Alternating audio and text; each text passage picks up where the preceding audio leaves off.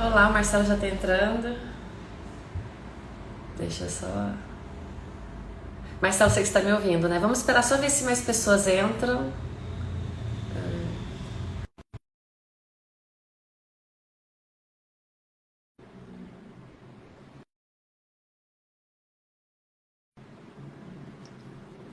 Esperar pra ver quem entra.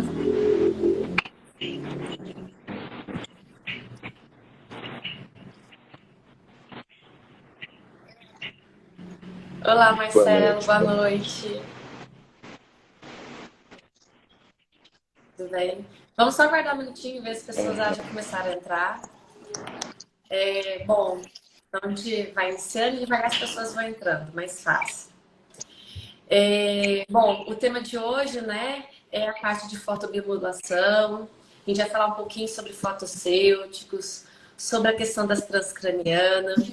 E aí eu gostaria de, antes da gente iniciar, agradecer a Marcelo ter aceitado o meu convite de estar participando, ele representando também a Bright.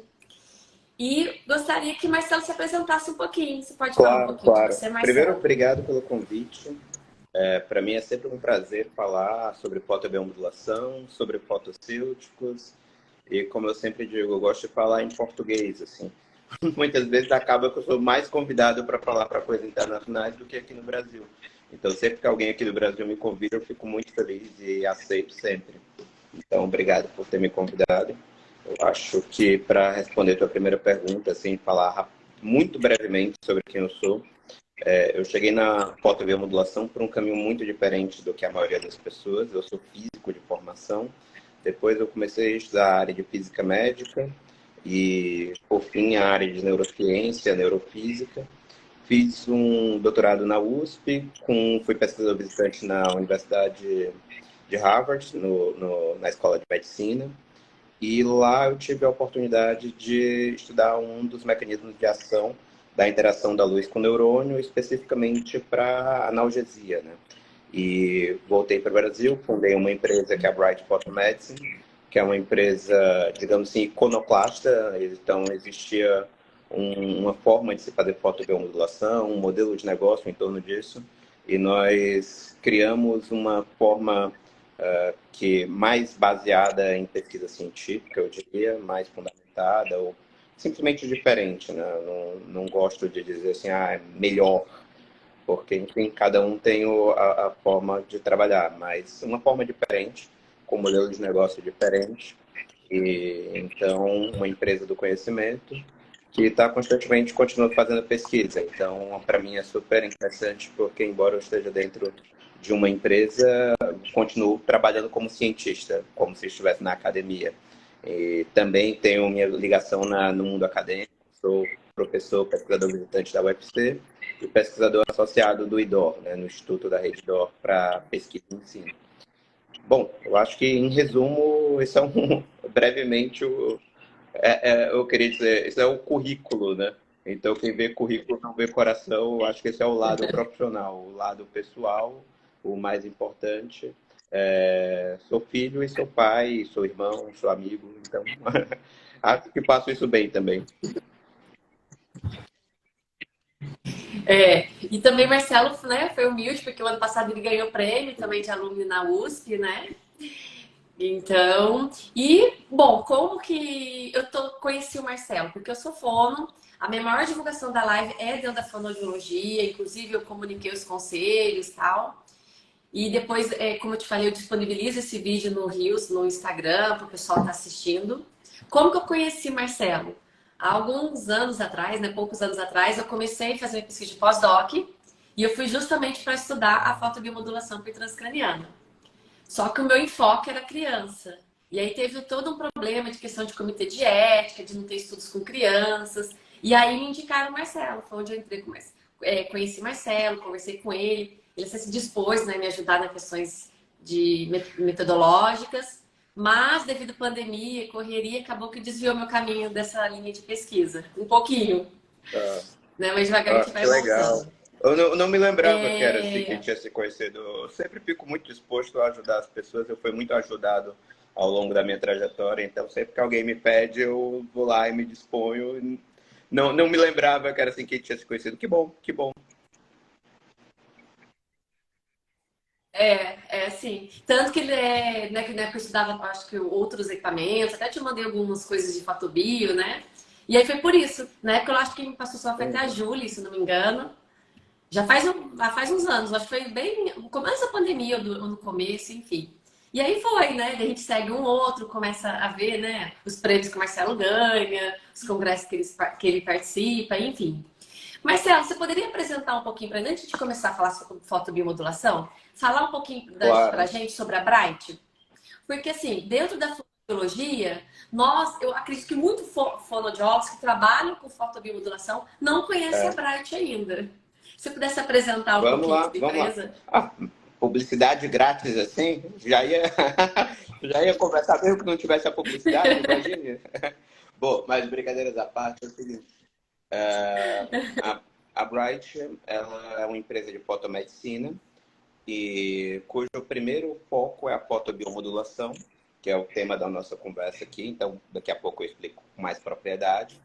Mas também com o objetivo inicial da Bright era o foco em tratamento de dor crônica e que agora a gente está ampliando esse foco para, na sequência, tratamento de feridas, regeneração de tecido biológico e também neuromodulação transcraniana utilizando luz. Uma coisa que eu sempre digo é que é o seguinte: não devemos ver fotobiomodulação como um remédio, mas sim como uma farmácia inteira. As reações fotoquímicas são algumas das reações mais importantes desse planeta, do quiçá do universo, e estão presentes na maioria em todos os sistemas biológicos, como a fotossíntese, mas também a fotobiomodulação propriamente dita. Então, o nosso corpo está constantemente fazendo fotobiomodulação. O que nós conseguimos fazer na Bright foi utilizar inteligência artificial, análise de Big Data, né, que são grandes bancos de dados, para tornar os parâmetros de Uhum. emissão da luz condizentes com as características do paciente e da doença, consequentemente tornando esse tratamento personalizado e, por isso, com muito mais eficácia. E nós, da Bright, acreditamos que com isso a gente tapou um buraco gigantesco que havia na fotobiomodulação. Quando eu comecei na fotobiomodulação há cerca de 15 anos, era impressionante. Você conversava com os profissionais da saúde e a resposta era: cara, isso tem muito potencial. De 10 pacientes que eu atendo, 2 acontece um resultado espetacular, mágico, 6 não acontece quase nada e 2 não acontece nada at all. Então, para mim, como físico, foi muito interessante, é uma percepção muito clara desde o início de que, olha, tem alguma coisa que está acontecendo com esses 20% que não está acontecendo com os outros 80%. Mas se o efeito está lá, deve ter uma forma de fazer Uhum. com que esse efeito aconteça com todo mundo, ou pelo menos com a grande maioria das pessoas. Então, foi o que eu me dediquei os meus últimos 15 anos de vida profissional a isso. A como fazer com que a fotobiomodulação não só seja uma terapia do futuro, mas como seja uma terapia do presente. Não apenas para que seja utilizado nas pessoas muito ricas que têm capacidade de pagar um fisioterapeuta, ou médico, ou fono, que seja extremamente experiente, que tenha 20 anos de experiência com a fotobiomodulação e, consequentemente, consigam fazer um tratamento espetacular, mas que isso se torne acessível para todo mundo. Então, quando a gente fala de inteligência artificial, de Big Data, isso é o que permite fazer com que a curva de aprendizado do profissional seja muito mais inclinada. Então, isso chama os profissionais para venham, façam parte desse movimento também. Então, que na verdade nós enxergamos na Bright como uma liderança de um movimento global para fazer com que a fotobiomodulação se torne uma ciência muito mais acessível, e para isso nós criamos tecnologias que permitam que isso aconteça, e também disponibilizamos produtos, né? Então, como eu disse, os primeiros produtos que nós temos são na área de dor crônica, seja ela musculoesquelética, estamos entrando nas dores neuropáticas, E nos próximos anos, nos próximos meses, né, está no nosso pipeline de inovação. Nos próximos meses entrar também na questão de regeneração, tratamento de feridas. E nos próximos anos entrar no mercado de neuromodulação transcraniana. Joia. E Marcelo, explica pra gente, porque assim, na fono, a laser terapia, a fotobiomodulação, tem aí uns 5 anos mais ou menos. Que eu já estudo, já tem uns 8. Como que é a concepção do termo fotossêutico? Porque dentro da laser terapia que a gente trabalha com fono, não é um termo muito utilizado. Eu conheço, porque né, eu estou dentro da engenharia biomédica, a gente trabalha com pesquisa, mas é um termo assim, que muita gente pode estar assistindo a gente e não conhece. Você poderia explicar o Maravilha. que é o termo O termo fotossêutico? fotossêutico, nesse conceito que eu vou apresentar agora, realmente muita gente não conhece porque foi um termo criado pela Bright. E basicamente é o seguinte: é a junção da palavra fóton, que é a partícula de luz, com o sufixo cêutico, que denota, por exemplo, um farmacêutico, que é um produto, um fármaco para fins terapêuticos, né? Então, na verdade, quando a gente fala fotossêutico, hoje a Bright tem 50 fotossêuticos, que são 50 modos de se utilizar a luz para fazer com que trate alguma patologia, alguma condição, ou até mesmo algumas situações de bem-estar, como a gente está entrando agora um pouco na área de medicina esportiva, junto com um grande clube de futebol aqui do Brasil, e também com outras áreas em paralelo relacionadas a bem-estar. E então, você pode entender um fotossêutico como a forma de utilizar fótons como se fosse um remédio. Consequentemente, eles são prescritíveis. Consequentemente, eles são previsíveis. A gente consegue prever os resultados, né? E também, ou no mínimo, a probabilidade de evolução daquele paciente. Ele é prescritível, porque dado, não importa quem está segurando o device, o que importa é o cálculo de dose feito anteriormente na nossa computação, na nossa nuvem, né, nos nossos computadores, e na prescrição que foi feita, ou seja, quando o profissional de saúde disse, olha, essa patologia, portanto, a gente precisa de um pouco mais de interleucina, quando uma modulação da interleucina ou uma modulação de um fator de crescimento. Sabendo disso e sabendo da literatura prévia, quais são os procedimentos, quais são os parâmetros de emissão de luz que fazem com que essa mudança bioquímica aconteça, nossos computadores, nossos algoritmos vão lá e calculam qual é a emissão de luz que deve ser feita. Essa emissão de luz é enviada para o celular do terapeuta, que passa do celular para o Lightaid, que é um dispositivo que também foi criado pela Bright, e emite a dose correta, com o melhor padrão que você possa imaginar, como se fosse um terapeuta que passou 20 anos estudando. Talvez até melhor, porque é muito difícil, mesmo com a experiência do terapeuta, ele fazer um cálculo levando em consideração minúcias, como, por exemplo, a cor da pele, o índice de massa corpórea, a idade do paciente, que leva uma alteração no grau de hidratação da pele. Então, consequentemente, você pode imaginar o fotossêutico como, literalmente, como um remédio. Previsível, prescritível e reembolsável. E o profissional, o terapeuta, ele tem acesso a esse dashboard? Fica registrado na ficha do paciente? Tem um dashboard, um Perfeito. aplicativo, Então, alguma assim, coisa a gente assim? tem um aplicativo para o profissional onde ele tem acesso a um dash com as características dos pacientes deles, obviamente, e também um comparativo. Obviamente, ele não vai saber de outros pacientes, mas ele sabe a média dos outros pacientes. Então, ele consegue ver que os pacientes dele estão tão bons quanto a média, melhores do que a média, etc. E esses prontuários eletrônicos estão sendo integrados agora. Então, tem uma empresa sensacional, que é uma empresa super parceira nossa, que é a Intimed, a Medflow, né? A Intimed e Mediflow são duas empresas, mas fundadas pelo mesmo grupo de pessoas que nos ajudam a fazer protocolos clínicos para acompanhamento disso. Então, é uma evolução constante. Eu acho que é muito excitante trabalhar na Bright. Pelo menos para mim, eu sou muito suspeito para falar, porque eu sou o fundador da empresa.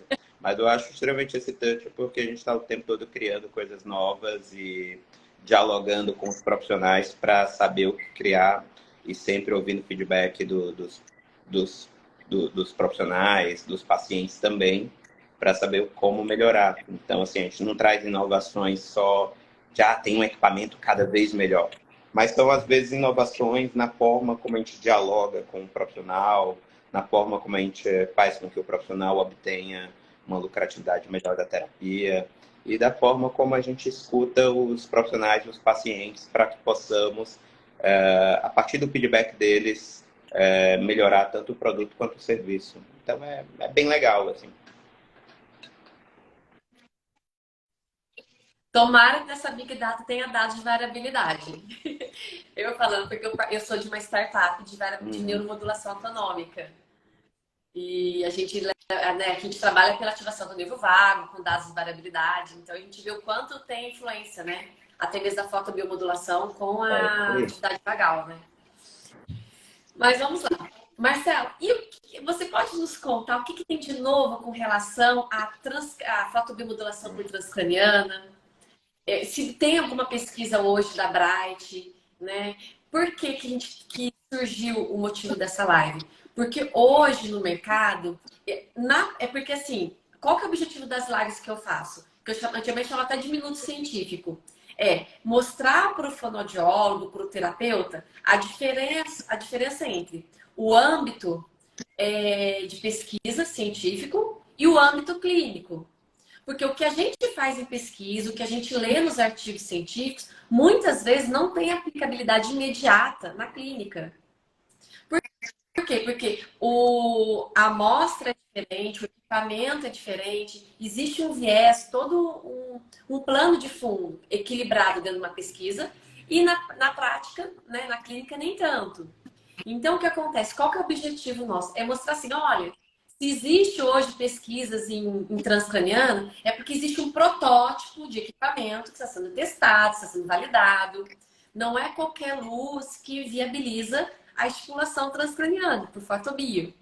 Então, eu queria que você mostrasse um pouquinho esse universo da pesquisa. Como que é a questão metodológica, criação de protótipo, todo esse rigor científico até chegar no mercado. Porque esse caminho tem que ser muito bem Eu poderia passar os valorizado. próximos 10 anos falando, mas como eu vou me controlar, eu vou falar por, sei lá, 5 minutos sobre isso. Então, assim, são muitos temas interessantes numa única pergunta. Vou começar seguindo, como sempre, o gênio Paulo Freire, começar do concreto para o abstrato. Então, vou pegar um caso do que a gente está fazendo na Bright. Colegas do Instituto de Psiquiatria da USP, da Faculdade de Medicina, com quem, inclusive, eu interagia já há bastante tempo, desde 2018, cujo, inclusive, a Julie, que foi quem nos apresentou, fez parte desse grupo, que a gente foi junto para Munique, né, na Alemanha, recebeu alguns pesquisadores da Bavária aqui no Brasil também. Então, foi uma parceria legal entre a FAPESP e o estado da Bavária. E foi aí que nós conhecemos esses cientistas, que são cientistas da área, o André Brunoni, Leandro Valiengo, que são cientistas da área de estimulação transcraniana, utilizando eletroestimulação. São formas de neuromodulação que já são mais comuns, né? Já usadas há mais tempo. Pois bem, o Leandro convidou a gente no ano passado, ano retrasado. Olha, a gente quer fazer uma pesquisa com equipamento da Bright, aplicando transcraniano, usando um protocolo semelhante ao que a gente já faz com eletroestimulação. Aí, repara, quando a gente não tem a pesquisa científica sempre parte de alguma coisa, não é solta no ar. Né? Não é uma folha, na verdade ela é uma planta com raízes. Então, como Newton dizia, se conseguir ver mais longe porque me apoiei sobre os ombros de gigantes. Então, a gente sempre está sempre partindo dos ombros de alguém, de um trabalho prévio.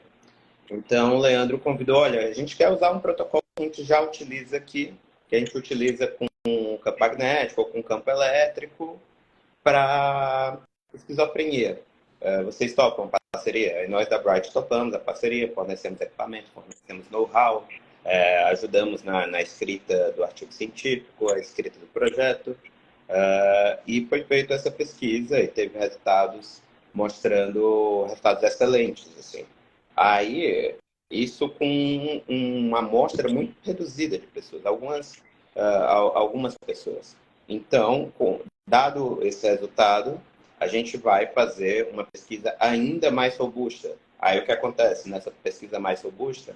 A gente faz, por exemplo, 2 grupos, onde tem um grupo que é tratamento e um grupo que é controle placebo. Ou seja, a gente faz todo o procedimento, mas nenhum... Aí é duplo cego.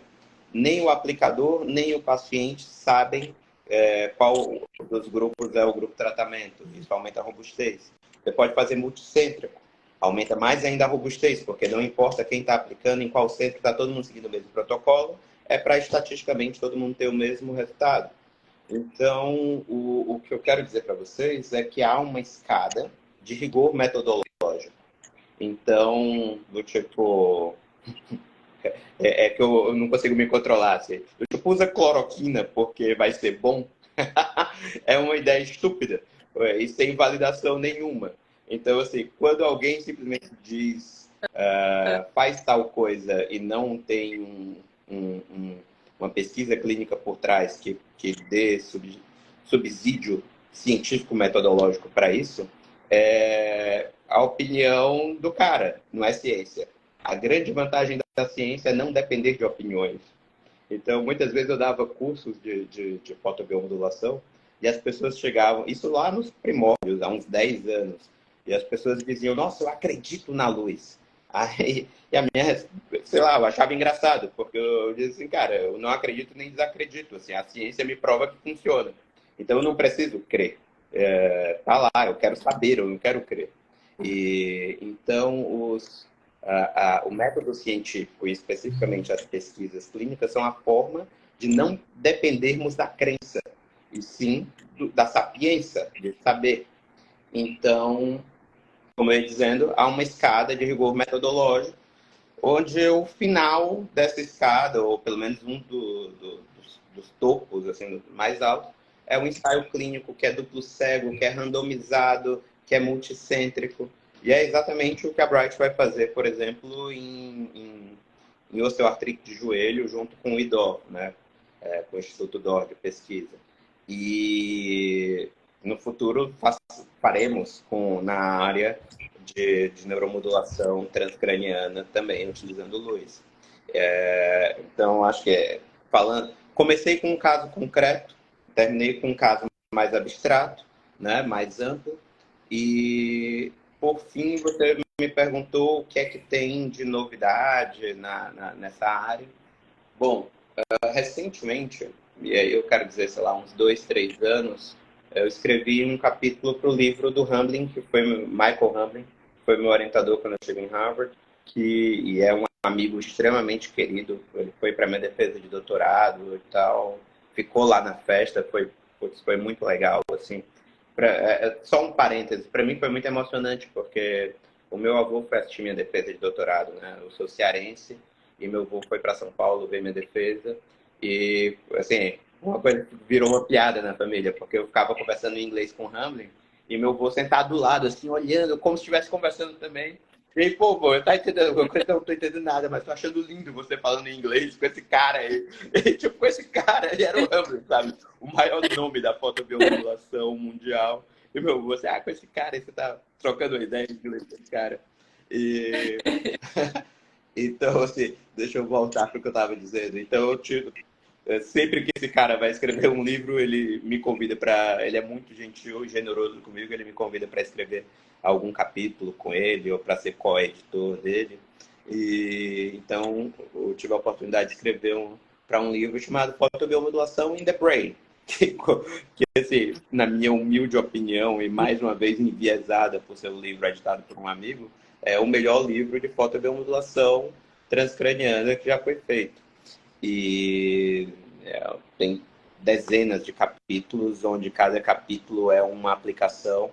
Eu estou dizendo isso só para comentar assim, que às vezes a gente acha que putz, isso é muito futurista. Mas não, cara, o futuro já está aqui. Ele só é mal distribuído, mas ele já está aqui. Então, esse livro tem aplicações das mais diversas, que a gente pode, só para citar algumas, você pode falar de traumatismo craniano, e você tem um efeito regenerativo, anti-inflamatório, até, por exemplo, demências, como Alzheimer. E, porque, mais uma vez, você tem um efeito anti-inflamatório no cérebro. Você tem que sempre pensar em termos de princípios. Eu acho que tem uma coisa que a física, estudar física me deixou foi isso, pensar em termos de princípios. Então, muitas vezes essas doenças neurológicas, neuropsiquiátricas, elas causam uma série de problemas, como, por exemplo, a dificuldade de se criar novas sinapses, um estresse oxidativo, processo inflamatório, e tudo isso a fotobiomodulação consegue fazer. A fotobiomodulação tem efeito anti-inflamatório, tem efeito de diminuir a apoptose, né, que é a morte programada das células, tem efeito regenerativo, tem efeito de aumento de sprouting, né, que é o aumento dos dendritos e dos axônios crescendo, tem aumento de produção de sinapse. Então, assim, se você parar e pensar através desses princípios, tu verás que a fotobiomodulação ela é útil para dezenas, centenas de doenças. Então, assim, 5, 6 princípios básicos são a raiz para dezenas, centenas de aplicações clínicas, né?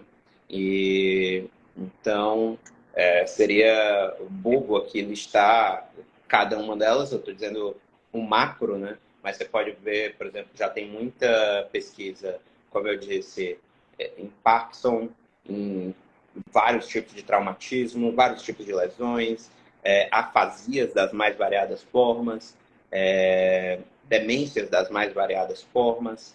E agora, recentemente, a Bright entrou nesse tratamento para esquizofrenia, né, junto com o pessoal da medicina, da psiquiatria da USP. Até onde eu sei, eu nunca tinha conhecido nada especificamente em esquizofrenia, mas é só para comentar com vocês a abrangência, né?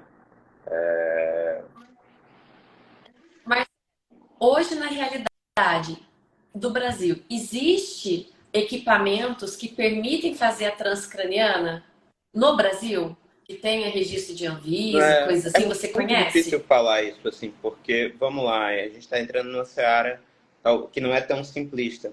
Porque o que acontece? Muitas vezes um equipamento, para ter um registro na Anvisa, ele é registrado em uma aplicação. Então, por exemplo, tem um equipamento que ele é registrado para... só para um exemplo bobo, sei lá, para dor, para inflamação. Mas quando isso está na mão do médico, do profissional, muitas vezes ele se sente à vontade, se sente confortável em aplicar transcranianamente. Então, a minha resposta mais sincera para ti é: eu não sei se existe um equipamento que ele foi pensado e foi para isso.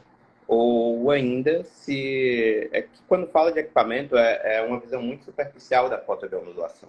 Porque o que eu acho é o seguinte: às vezes você pode ter um equipamento que daria certo, funcionaria, mas se você não tem um protocolo terapêutico validado para isso, na minha humilde opinião, é mesmo que nada.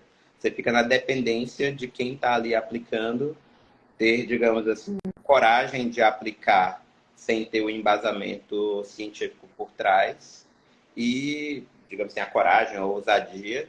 E mesmo assim fica extremamente difícil dessa pessoa defender o ponto dela. Então, a minha resposta mais sincera é que eu desconheço que exista, digamos assim, um equipamento que ao mesmo tempo seja capaz de atravessar a caixa craniana e chegar no cérebro com uma intensidade terapêutica boa o suficiente e que tenha protocolos bem estabelecidos e validados que provem que isso funciona e, mais do que isso, com quais parâmetros centros ópticos funcionam, qual a dosimetria por trás, É sabe? isso. Porque simplesmente enfiar luz na cabeça, numa quantidade de luz que vai chegar até o cérebro com uma potencialidade terapêutica, isso é relativamente fácil. Mas o que eu quero dizer é o seguinte, não, não necessariamente você consegue fazer terapia. Para você fazer uma terapia, você não é só uma questão de depender do equipamento, entende?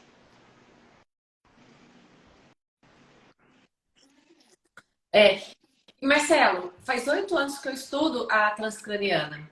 E assim, todos os artigos científicos que validam protocolos, aplicabilidade, todos os resultados são mostrados com mapeamento cerebral.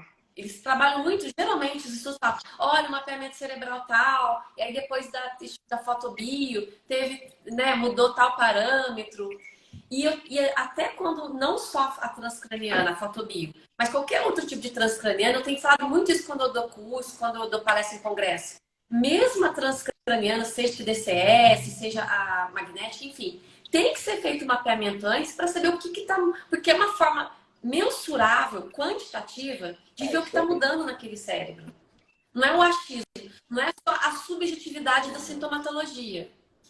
Então, eu queria te perguntar uma dúvida minha.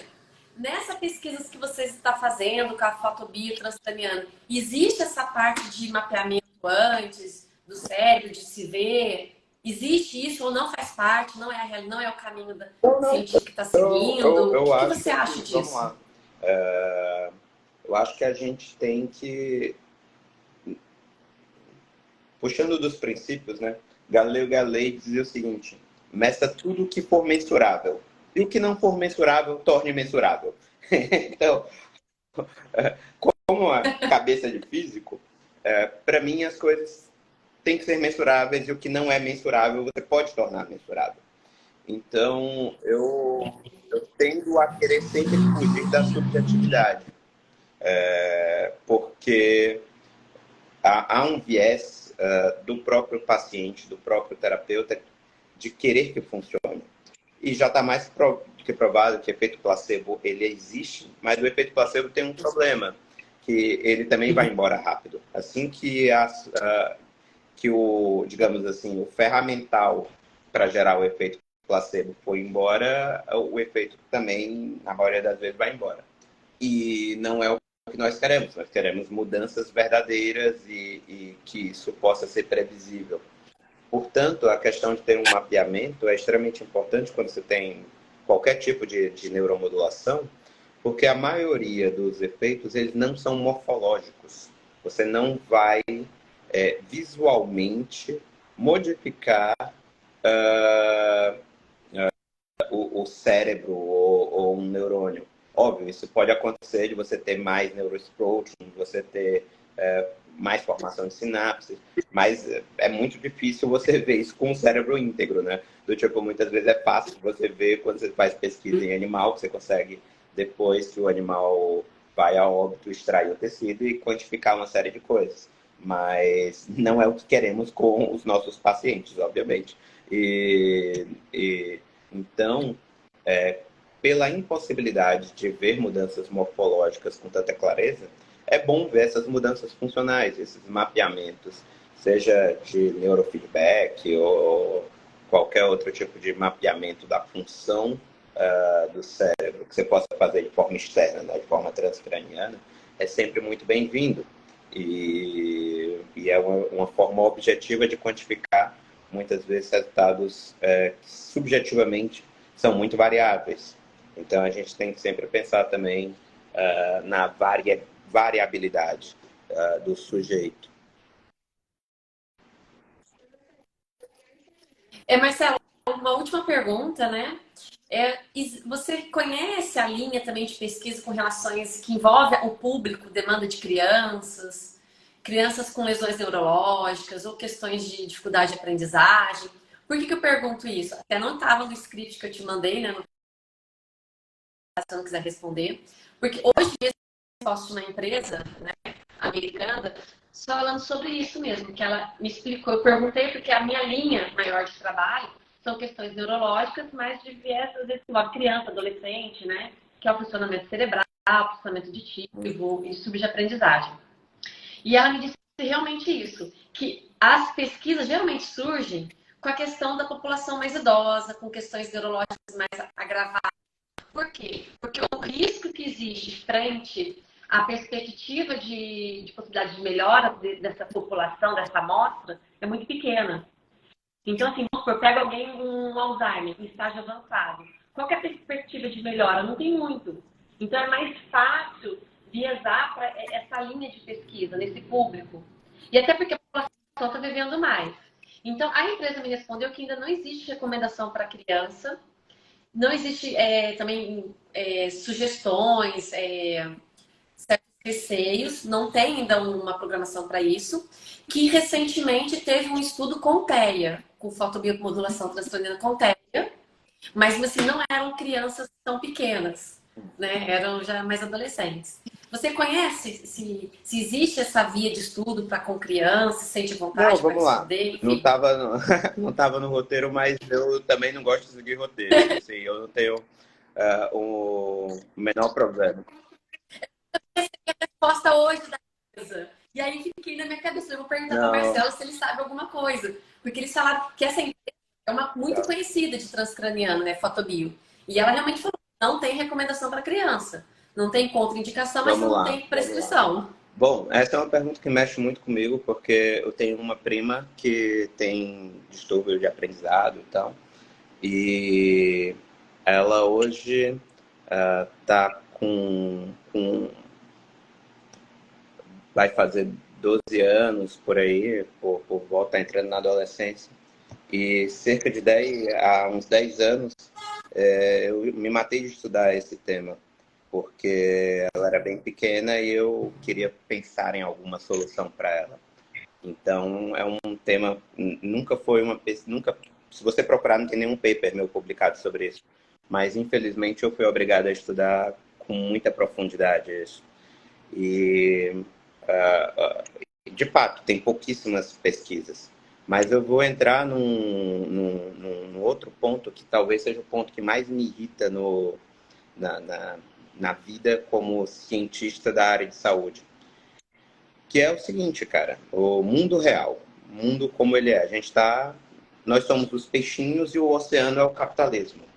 Então, assim, a gente está imerso nesse mundo e o que acontece é o seguinte, a maioria das vezes que você tem incentivo para pesquisa, verbas para pesquisa, são em coisas que a indústria sabe que vai dar dinheiro. Então, assim, o número de crianças que têm algum distúrbio, algum problema como esse, e assim, me desculpa se eu falar algum termo que seja equivocada, porque como eu disse, não é uma área que eu pesquisei, que eu fale Sim, normalmente claro. científica, é algo que eu estou falando como primo, né? E primo mais velho vira tio, né? Então eu estou falando como tio aqui. Um tio que se interessou e foi estudar.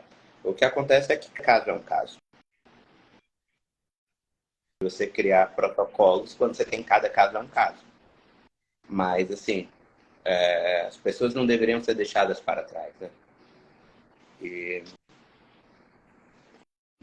o, então, o que acaba acontecendo é que você não tem tanto embasamento para, como eu disse no começo da nossa conversa, se apoiar em cima de ombros gigantes e ver mais longe. E aí você entra num ciclo vicioso, porque assim, você não vai fazer uma pesquisa porque não tem verba, e não tem verba porque não tem um público muito grande. E não tem um público muito grande porque cada caso é um caso. E então, esse ciclo ele só é quebrado quando você consegue alguma forma de diminuir os custos de entrar. Então, nesse ponto, eu me sinto bastante realizado, porque é muito o que a Bright faz. Assim. Para você ter ideia, o custo de desenvolvimento de um fotossêutico ele fica em torno de 100 vezes mais barato e 10 vezes mais rápido do que o desenvolvimento de um fármaco. Então, por exemplo, um novo fármaco para um dano neurológico em criança. Custaria, sei lá, 2 bi de dólares e ia demorar 10, 15 anos. E, fazer isso dentro de um novo fotossêutico, por conta do que a gente faz ser muito baseado é desmaterializado, né? Muito baseado em bits e não em moléculas, isso consegue se tornar muito mais barato e consegue também muito mais rápido. Então, assim, eu, eu, cara, eu sou uma pessoa muito paradoxal, porque ao mesmo tempo eu sou um sujeito muito otimista. Então, eu realmente acredito que em algum momento nós conseguiremos, quando digo nós, a Bright é formada por um time espetacular, do qual talvez e eu fico muito feliz, assim, a minha persona está ficando cada vez menor e a persona Bright, com todos os Brighters ficando cada vez maior, isso me deixa muito feliz, muito orgulhoso. Então, nós da Bright, eu acho que é uma questão de tempo, possamos voltar o nosso conhecimento para esse tipo de pesquisa.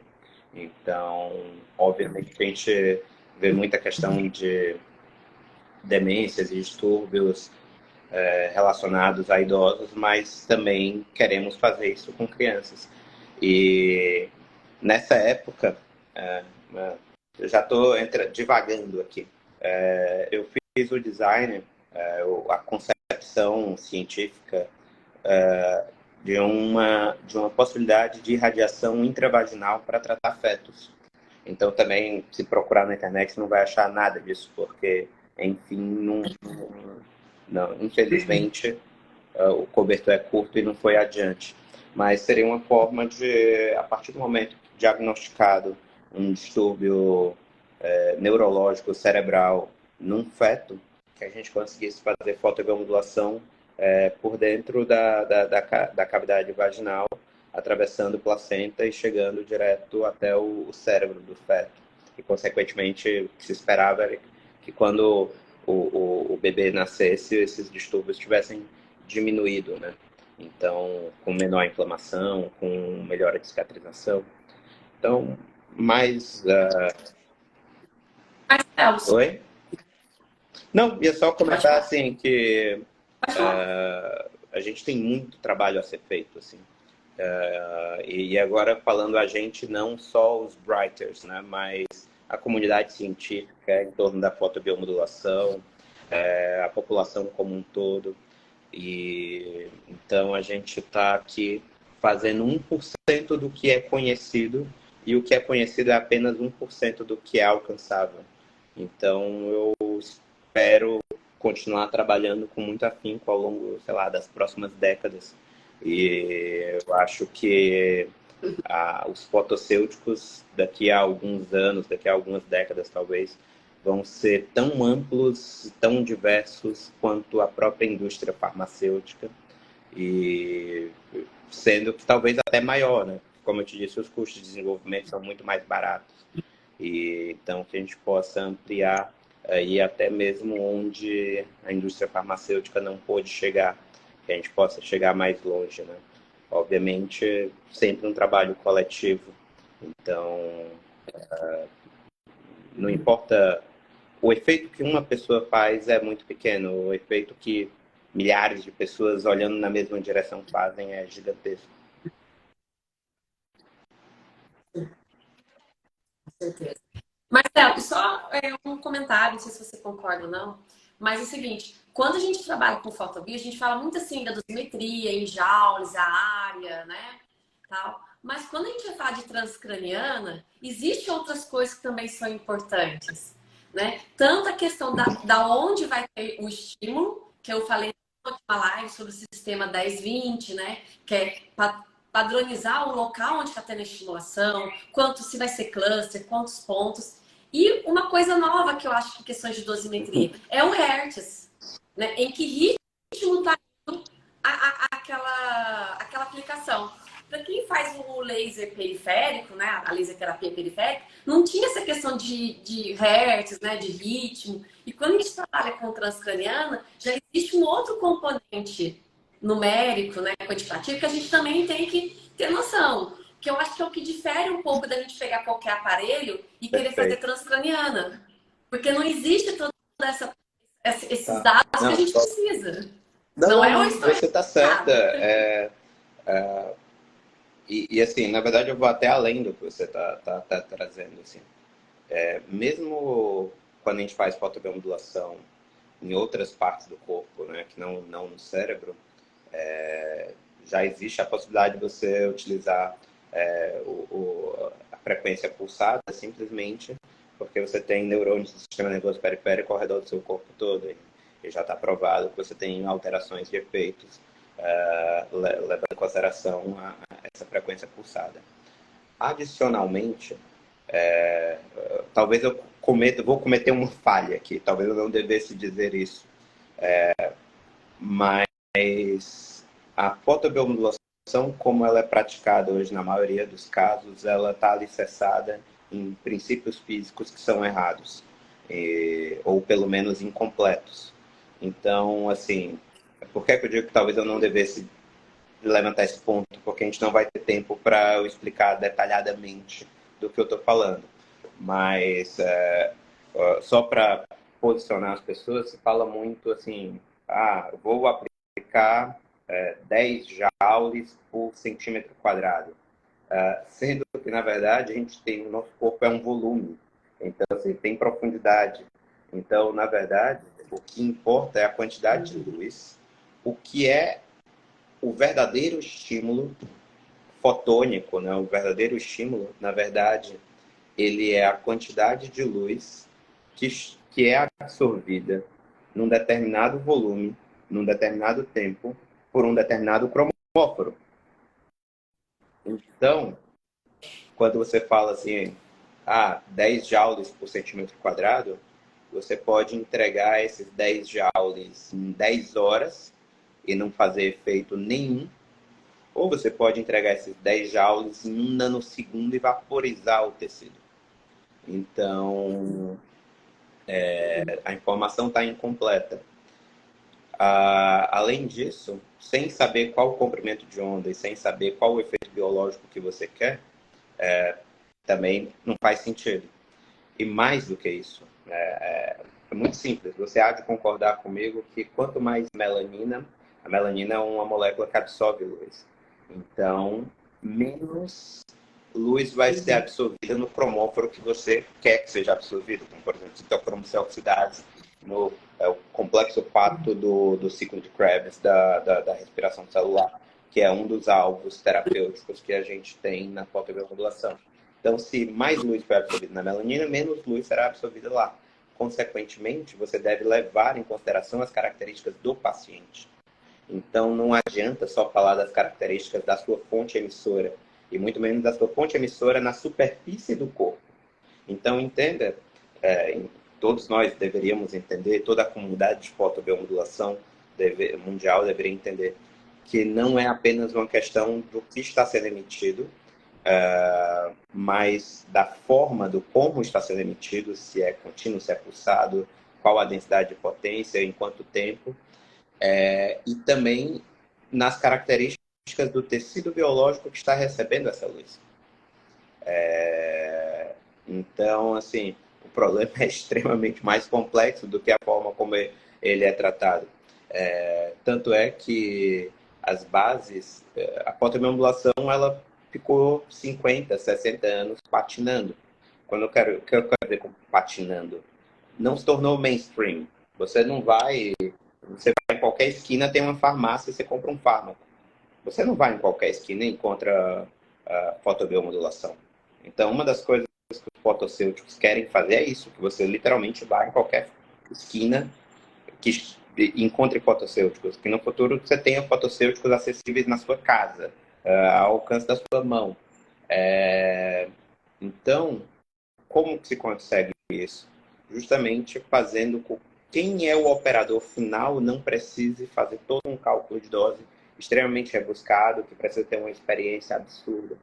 Então, dito isso, o que eu quero trazer para ti é que é muito, muito simplório, é uma simplificação muito, muito grossa, simplesmente chegar e dizer o seguinte, vou aplicar 8 joules na coxa, passar dor, sabe? E muitas vezes você chega no consultório de fisioterapia e tem lá uma tabelinha assim, ou às vezes as pessoas me mandam, sei lá, fotos e pedem minha opinião. E eu sempre tento ser ético e não julgar o que está ali, mas explicar que, cara, não dá para ser simplório assim. Não dá. Você pode fazer dessa forma simplória, mas, por exemplo, muitas vezes você vai numa clínica de fisioterapia e é feito fotobiomodulação, mais gelo, mais eletroestimulação, mais um monte de coisa, porque os próprios caras que estão aplicando não confiam que fotobiomodulação por si só é um remédio válido que vai tratar sozinho. Então, assim, entende? Esse é o ponto.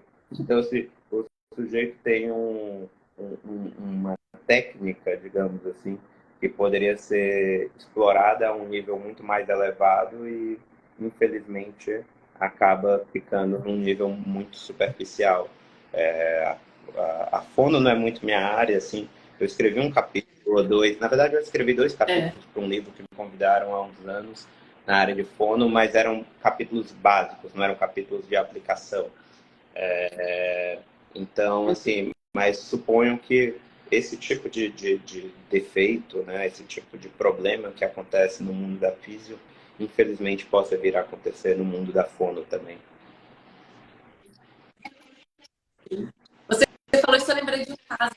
Uma fono entrou em contato comigo, porque eu fiz a última live e, assim, não deixando bem claro, é o meu ponto de vista, não é do Marcelo, que está assistindo, viu? É o meu ponto de vista. E hoje a transplante por fotobiomodulação dentro da clínica, ela não é viável, porque, assim, o que tem de embasamento científico não é com o equipamento que a gente tem hoje aqui na clínica. Então, é assim, porque o protocolo que existe, validado, não é com os parâmetros de equipamento que a gente tem na clínica hoje, para compra, né? Tem acesso. Mas, enfim. E ela entrou em contato comigo, querendo me convencer de que a foto biotranscraniana, com os equipamentos que a gente tem no consultório, com aquela ponteirinha, sabe? Era viável, que ela aplicou no pré-frontal e deu ótimos resultados, paciente TDAH. Aí eu peguei e falei assim, nossa, mas que lado? Apliquei em todos os lados. Eu falei, nossa, mas precisava dos lados do hemisfério direito, esquerdo? Era simétrico? Né? Porque senão a dosagem também tem que ser diferente. Se existe uma simetria de funcionamento, a gente também tem que pensar nisso. O TDAH, muitas vezes, tem região central, não é só pré-frontal. Por que você escolheu pré-frontal? Ah, não, porque pré-frontal é onde tem questões de atenção e eu apliquei ali. Sem para não ela tentou me convencer disso. Então, o que eu falo é assim, poxa, existe anos-luz, olha quantos anos você vem pesquisando, agora está em mais pesquisa para criar um protocolo, criar um equipamento. E não é a X a gente pegar e adaptar. Quando a gente está na clínica, a gente tem um compromisso com o nosso paciente. Né? Uma ética. Né? Não é... Em bom português não Então, é é várzea, né, cara? importante isso também. Eu me sinto muito, cara, eu me sinto muito mal quando se brinca com a vida alheia, sabe? Então, não. E aí eu acho que a gente está entrando num aspecto muito, muito dos valores, né? Dos valores que cada um tem. Então, assim, eu prefiro não falar alguma coisa ou demorar 10 anos para defender um ponto e quando eu defender esse ponto, eu me jogar assim, cara, cara, eu me jogo na frente de um trem, porque eu tenho certeza do que eu estou falando está certo e vai fazer bem para as pessoas, do que ir por um caminho muito fácil de uma retórica muito, muito, muito boba, assim. Então, assim, você me trouxe um caso que aconteceu com você, eu vou te trazer um caso que aconteceu comigo. Algumas pessoas chegavam para mim e diziam assim, cara, você acabou de voltar de Harvard, você tem um doutorado na USP, você recebeu o prêmio CAPES Melhores Teses. coisa que você falar, as pessoas vão acreditar. Por que é que você não vai lá e Sim. esquece esse negócio de validação, de ensaio clínico? Vai lá e põe teu produto na rua e sai vendendo adoidado, sabe? E eu disse, cara, não foi para isso que eu estudei. Não foi. E não é uma coisa eu estudei em tal canto. Mas é o seguinte, cara, eu dedico minha vida a isso. Então, assim, eu tenho um respeito não só pelos meus anos de estudo, mas por toda a área científica. E principalmente respeito pelas pessoas. Então, quando eu vejo algumas coisas desse tipo, e coisas, doenças, questões neuropsiquiátricas mexem muito com a família como um todo. E chegar para uma mãe, para um pai, para um tio, um avô, e dizer assim, vai lá e aplica e vamos ver no que é que dá. Cara, é óbvio que a família vai tentar qualquer coisa, sabe? E aí você fica assim, qual a diferença de fazer isso e, sei lá, vender paninho benzido, sabe? Águas do Rio Jordão, lascas da cruz, esse tipo de coisa, sabe? Então, são valores morais que a pessoa tem que ter e quando você entra no mundo científico, principalmente no mundo científico clínico, né, que envolve seres humanos, os padrões que você impõe a si mesmo têm que ser mais altos do que os padrões que a sociedade impõe a você. Então, as sociedades médicas, as sociedades clínicas, os reguladores, eles nivelam por baixo. Eles estão sempre dizendo, cara, abaixo disso aqui não rola. Você tem que se colocar acima. Cara, entende? Então é assim que eu vejo as coisas. Mas eu nunca bato de frente. Eu sempre falo assim, olha, vamos valorizar o que é científico, a pesquisa, porque o caminho é árduo. A gente que pesquisa, a gente sabe como é árduo. Eu, em plena época de Covid, eu indo lá nos postos de saúde avaliar as pessoas, né? E todo mundo com receio. Então, assim, o caminho da ciência é muito árduo. Então, eu acho que a forma que a gente tem de responder, né? Às vezes, por esse caminho mais fácil que as pessoas querem seguir, é trazendo atenção para a gente e valorizar o nosso caminho, a nossa pesquisa, o lado científico. Porque se a ciência fala uma coisa, não é porque ela quer, é porque estudou muito, teve muitas gotas de suor, muitos cérebros, né? Fritando, eu brinco, o cérebro frita, de tanto que a gente fica, né? Afundado naquela pesquisa. Bem, Marcelo, eu quero agradecer muito a sua participação. Se alguém tiver alguma pergunta aí, pode enviar, se quiser colocar, se der tempo de responder. Você quer falar alguma coisa para Não, finalizar, Marcelo? eu sempre acho que vale mais a pena dedicar o tempo a responder às pessoas. Se alguém tiver alguma pergunta, Geralmente depois elas me enviam, aí depois eu sem envio para problema. você. Muita gente assiste depois, eu não sei o que. Falar, pera, eu vou chamar, vou pedir ajuda, Não, sem real. problema. Eu tô sempre à disposição. Eu estou sempre a um clique de distância. Não, eu só não fico por tempo indefinido porque eu tenho que botar minhas filhas para dormir. É, Sim, e- não, mas, eu estou mas eu preocupada. acho que só para concluir, um ponto que eu acho que a gente falou muito sobre isso hoje, né? Sobre, sobre ciência, sobre a, a, a ciência e a razão sozinhas, elas não estão completas. Elas precisam de humanismo. Então, assim, elas precisam que você associe o, o, um pouco de si ou no caso muito de si. Então, assim, o que eu queria deixar como a take home message, né, a mensagem para levar para casa, é o seguinte: tenham mais para os clínicos, né? Sempre procurem o que for mais baseado em ciência e para todo mundo que está entrando no mundo da fotobiomodulação ou que já está aí há muito tempo, descartem as visões simplistas. Aceitem que a fotobiomodulação é complexa, sim. E quando você faz fotobiomodulação no cérebro, fica ainda mais complexo.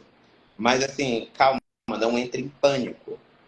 Tem coisas que você pode fazer, que você não precisa, você clínico que está lá na ponta, calcular tudo e saber de tudo. É para isso que existe os computadores, né? Então, assim, o que a Bright criou é uma espécie de dosimetria auxiliada por computador. Então, assim, protocolos auxiliados por computadores. Então, assim, é mais robusto, é mais complexo, mas também é mais robusto. Você consegue dar uma prerrogativa, uma previsibilidade maior para o seu paciente. Consequentemente, se você consegue prescrever e, consequentemente, você consegue reembolsar. Então, assim, eu acho que o conselho que eu tenho para as pessoas é, assim, é bem esse mesmo, sabe? Cara, dispensem a simplicidade de eu fui num curso de um final de semana e agora eu vou tacar a luzinha para todo lado, porque se não der em nada, eu também não vou machucar ninguém, porque é laser de baixa potência, é LED de baixa intensidade, então vou aplicar a torta à direita. Então, assim, é meio que tenhamos um compromisso ético com nós mesmos de fazer o que é melhor para o paciente e que tenha uma previsibilidade do resultado e não um simples achismo de eu acho que vai dar certo, vamos lá. Bom, obrigada. Quem está assistindo, a gente está finalizando a nossa live transcraniana, fotobiomodulação. Eu também queria dizer assim que eu creio, como Marcelo, acredito que o futuro vai ser, né, o boom da fotobiomodulação. Eu acredito na transcraniana por fotobiomodulação. Existe a fisiologia explicando isso. E o meu recado seria: o que existe de fisiologia e explicação é que as pessoas tenham atenção do que o protótipo utilizado se é o mesmo, com as mesmas configurações que você tem em mãos. Porque não adianta você pegar um protótipo de um artigo e querer reaplicar se o equipamento não é o mesmo, a configuração não é a mesma. Eu queria só deixar esse alerta. Na dúvida, procura Marcelo, que Marcelo sabe muito. Procura a Bright. Certo? Mas obrigada, boa noite a todos. Gente, obrigada a quem participou e Eu vamos que nos agradeço. falando. Obrigado pelo Obrigada. convite. Beijo para quem é de beijo, abraço para quem é de abraço. Tchau, tchau.